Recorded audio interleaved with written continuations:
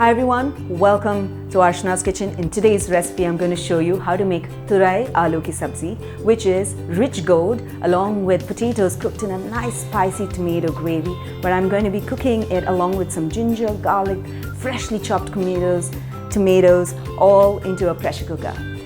Turai is a very healthy vegetable which is packed with a lot of nutrients and has a lot of Ayurvedic benefits. It's good for the stomach, it's great for weight loss. Just use a little bit amount of oil in your cooking and you'll have a healthy dish on your plate. So without wasting any time, let's just dive right in and start cooking.